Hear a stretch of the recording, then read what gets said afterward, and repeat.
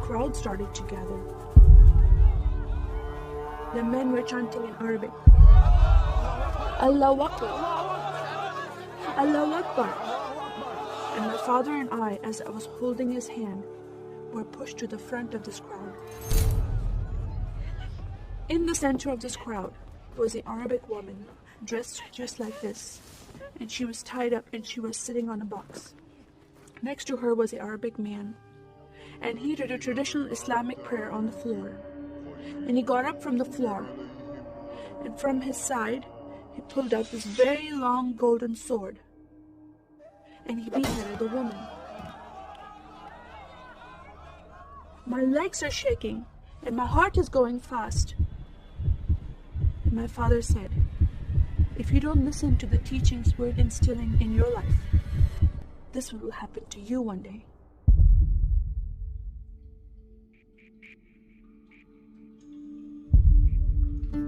I was born and raised in a small country by the name of Kuwait, a community of 98% Muslim population. 2 of my uncles are imams, and 1 is president of a mosque, where I would hear the call to prayer 5 times a day. As a Muslim, the word Yahudi, which means Jew, was instilled in me as a bad word, as a cuss word. Yahudis should not exist. They should be killed, and I never thought to question why would I hate them. I never met Jewish people in my life. They never did anything to harm my family. I just hated them. Just the word brought hatred in my heart. It's very important to learn the Quran and the Hadith and even memorize it in Arabic. I even entered a competition where you recite a long chapter in front of Islamic leaders and teachers.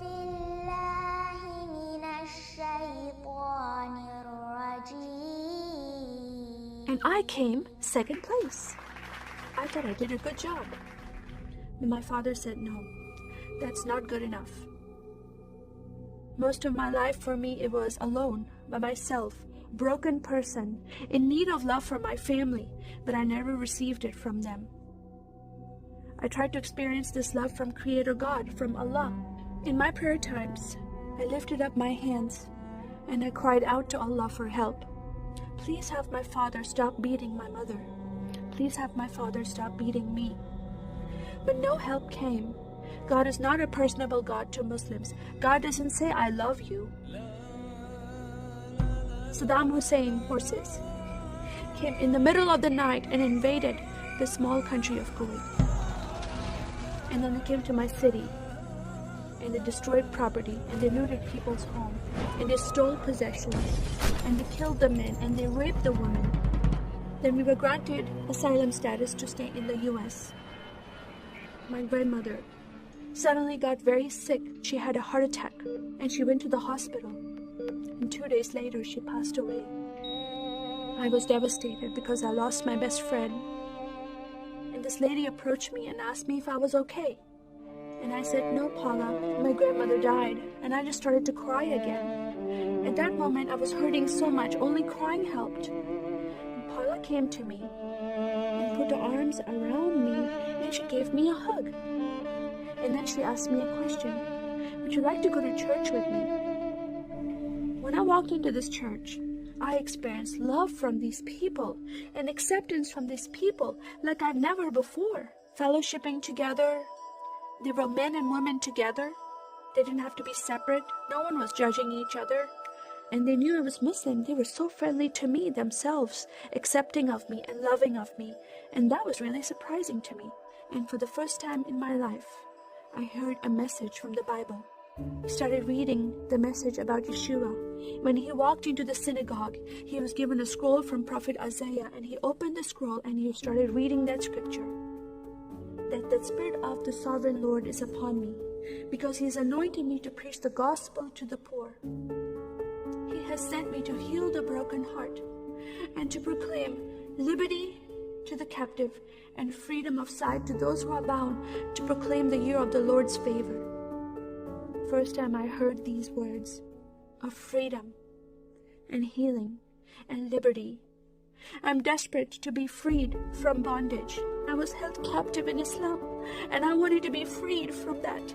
I was blinded with so much hatred in my heart. The darkness broke from my eyes. The veil came off my heart. I knew the decision I was making to leave Islam is a big decision. By Sharia law, Islamic law, it is death penalty. But I'm desperate to know a living God. In that day, I gave my life to becoming a follower of Jesus. This is the God of Israel, God of Abraham, Isaac, and Jacob. And the nation of Israel is God's heartbeat. And I said, God, forgive me. I did not know I hated your people. I love the Jewish people because it's their God, their Messiah that I'm following. And He told me to love them. I never knew what happened to the 6 million Jews that died. I never heard that in Kuwait in history. Now that I met Holocaust survivors, I know their story, and I shared my story with them. Your God, your Messiah, changed my heart, giving His life for me, so I can have life everlasting. He rescued me. He saved me. He came and brought joy in my life again. And I'm a blessed woman. And I start crying, and they start crying, and we are able to relate to each other, and they embrace me, and they love me, and they experience some healing, I believe, when they hear my story. That is a privilege to have that in my life. I am one for Israel.